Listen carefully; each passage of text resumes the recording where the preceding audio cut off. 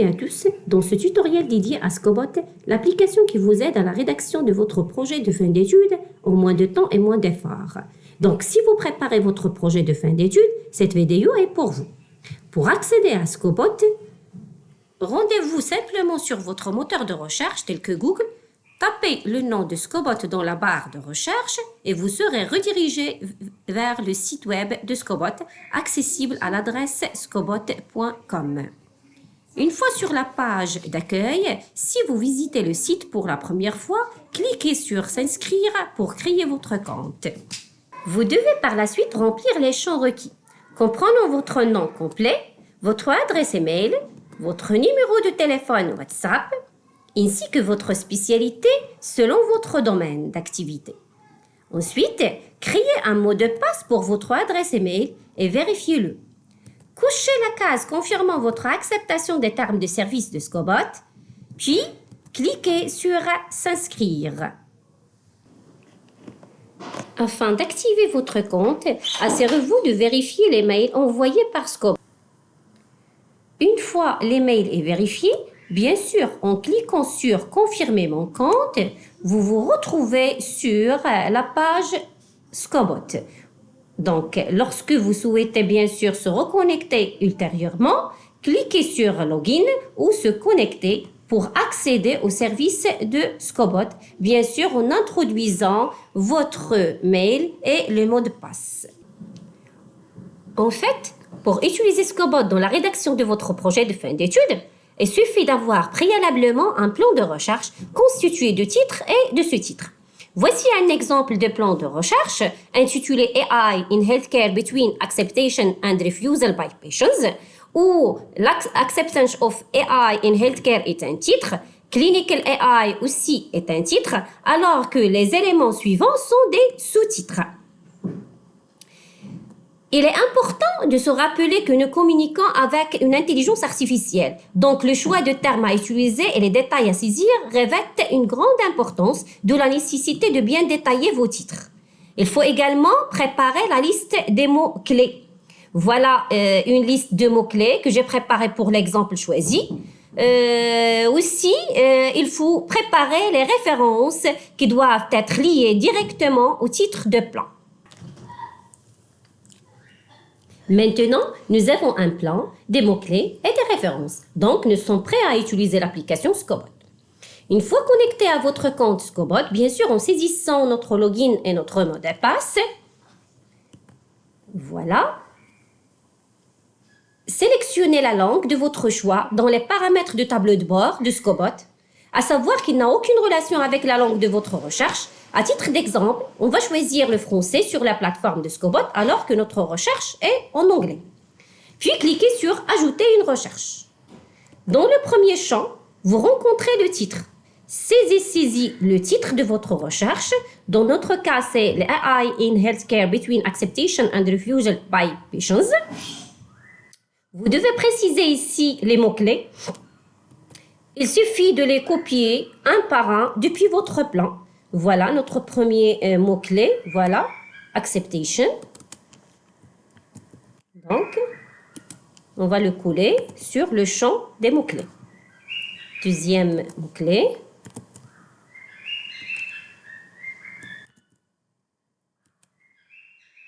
Voilà. Troisième mot-clé.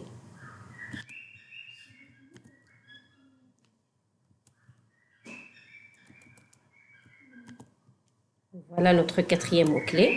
Donc, vous pouvez continuer comme ça jusqu'à introduire tous les mots-clés que vous avez précisés au départ. Puis, choisissez la langue de la recherche qui doit être la même que celle du plan. Dans notre cas, notre recherche est en anglais. Donc, nous allons choisir la langue anglaise. Si votre plan et vos références sont en français, vous devez choisir la langue française. Mais dans notre cas, on va choisir l'anglais. L'étape suivante est de remplir les titres et les sous-titres déjà préparés dans notre plan de recherche.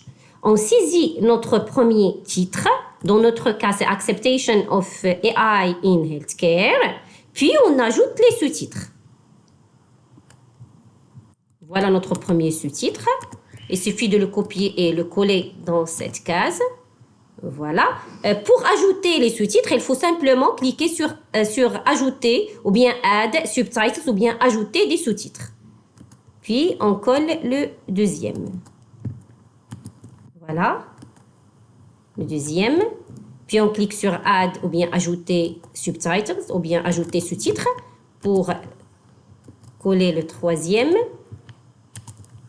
Voilà. Donc, vous pouvez continuer comme ça jusqu'à introduire tous les sous-titres que vous avez. Puis, on passe à ajouter notre deuxième titre. Donc, voilà. Notre deuxième titre, il s'agit de Clinical AI. On va le copier, puis le coller sur la case correspondante. Voilà. Puis, on clique sur Add Subtitle ou bien ajouter des sous-titres pour ajouter les sous-titres liés au titre fixé. Donc, voilà, Definition.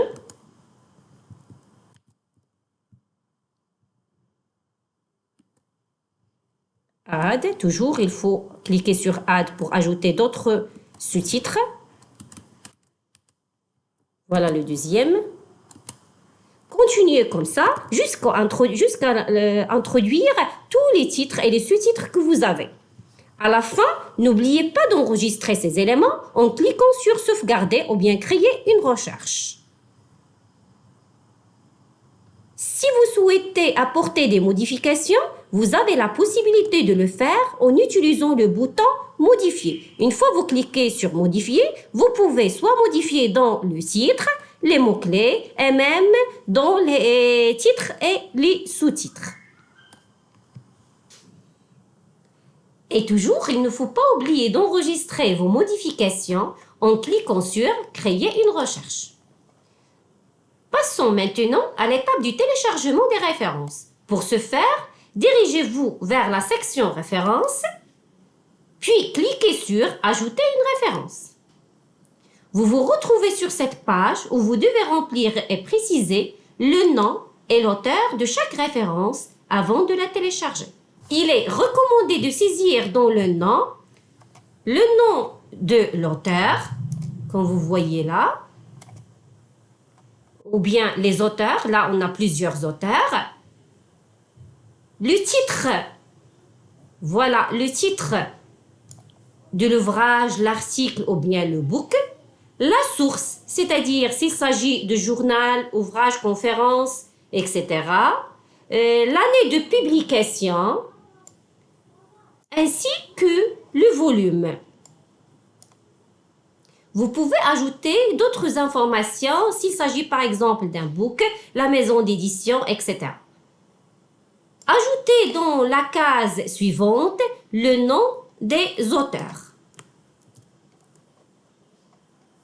Ensuite, téléchargez la référence en format PDF. Comme vous pouvez le glisser directement dans la zone de référence. Voilà, donc elle est téléchargée. Et sélectionnez par la suite la langue appropriée. Dans notre cas, on va choisir l'anglais. Enfin, cliquez sur Enregistrer ou bien Sauvegarder pour enregistrer votre référence. Pour ajouter d'autres références, il suffit de refaire les mêmes étapes en commençant par Add Reference ou ce qu'on appelle en français ajouter une référence. Il est à noter qu'une fois la référence est téléchargée, vous trouverez Processed en vert. Quand vous voyez la référence est traitée par l'application, elle est à 100%. Pour chaque référence, vous pouvez voir le bouton Voir. En cliquant, vous pouvez voir tous les détails de votre référence ainsi que la télécharger.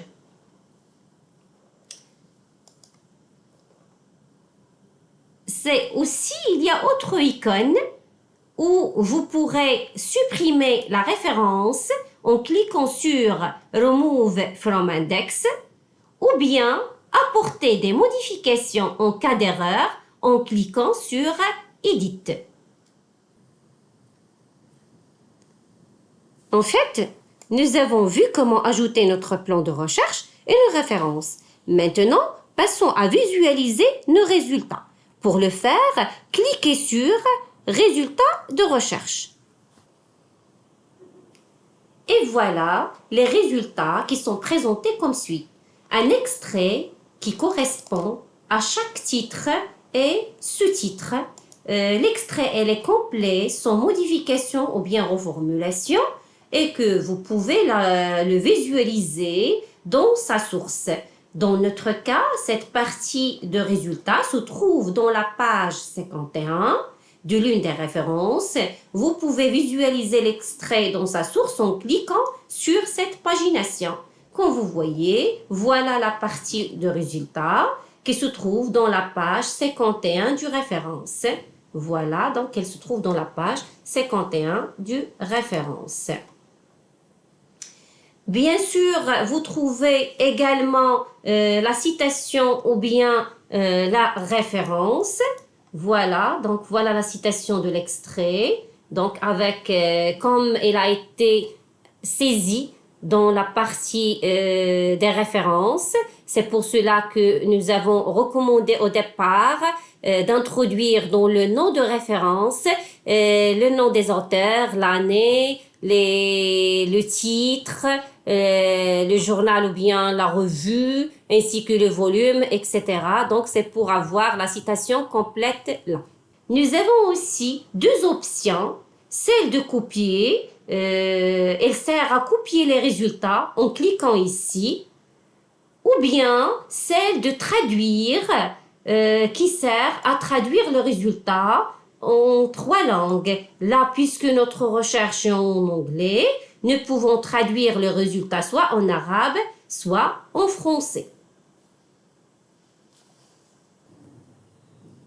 Ces fonctions sont valables pour toutes les parties. Donc, pour chaque résultat, vous trouvez la fonction de la copie et aussi de la traduction. Comme vous voyez là, voilà la copie, voilà la fonction de traduction. Si vous n'êtes pas satisfait des résultats obtenus, vous pouvez cliquer sur l'icône à côté de résultats de recherche, ici, puis cliquer sur Target Research pour avoir plus de résultats et plus de précision. On attend que les résultats se téléchargent et s'affichent. Voilà donc les autres résultats que vous pouvez utiliser. La question maintenant qui se pose est comment puis-je obtenir ces résultats dans un format Word modifiable où nous pouvons ajouter et supprimer des parties. C'est simple, veuillez vous diriger vers le paramètre bruyant, cliquez dessus, puis cliquez sur ajouter un bruyant et le nommer. Voilà, dans notre cas, on va le nommer AI. Voilà. Puis cliquez sur sauvegarder ou bien save draft ou bien sauvegarder le bruyant. Revenons maintenant à nos résultats de recherche. Voilà. Vous allez maintenant sélectionner les paragraphes que vous jugez utiles pour ce document Word en utilisant la fonction « Ajouter au bruyant » ou bien ce qu'on appelle « Append to draft » en cliquant dessus et choisir votre draft créé AI. D'accord? Et voilà, votre paragraphe ou bien la partie a été ajoutée. Continuons comme ça avec les autres paragraphes. Donc, en lisant le paragraphe ou bien la partie, si nous jugeons que cette partie est utile, on l'ajoute à notre draft. Sinon, on le passe sans l'ajouter. Cette fonction permet bien sûr d'ajouter le paragraphe à votre brouillon Word déjà créé. Puis, vous pouvez consulter votre Word modifiable et faire une lecture des paragraphes sélectionnés en revenant sur Brouillon, bien sûr, cliquant sur notre brouillon déjà créé. Voilà. Et voilà notre brouillon qui s'affiche.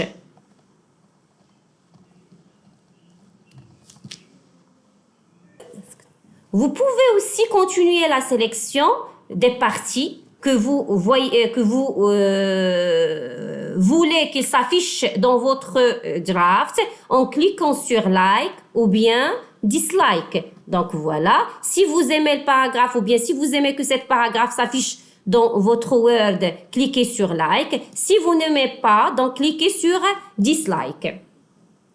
Finalement, vous pouvez télécharger votre Word où vous verrez vos paragraphes ainsi que les références associées, donc en cliquant sur télécharger Word. Donc voilà, après téléchargement, vous trouverez votre recherche sous format Word modifiable où vous verrez vos paragraphes ainsi que les références associées. Donc voilà, ça c'est un titre principal ou bien le titre. Ça c'est le sous-titre.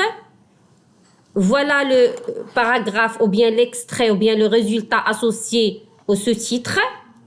Et la référence ou bien la citation. En fait, vous trouvez tous les résultats ou les parties que vous avez ajoutées à votre draft ou bien ce qu'on appelle aussi brouillon, associés chacun à un titre ou sous-titre. À la dernière page, si vous descendez jusqu'au bas, c'est-à-dire la dernière page, vous trouverez la liste des références. Voilà les ressources ou bien les références utilisées dans la rédaction de ce Word. Donc, si vous avez bien suivi avec moi, vous pouvez déduire rapidement que Scobot vous permet de réaliser votre projet de fin d'études en moins de temps et moins d'efforts, car il va lire vos références à votre place et vous extraire les parties convenables à votre plan. Donc, on peut dire que Scobot est un assistant intelligent aux chercheurs.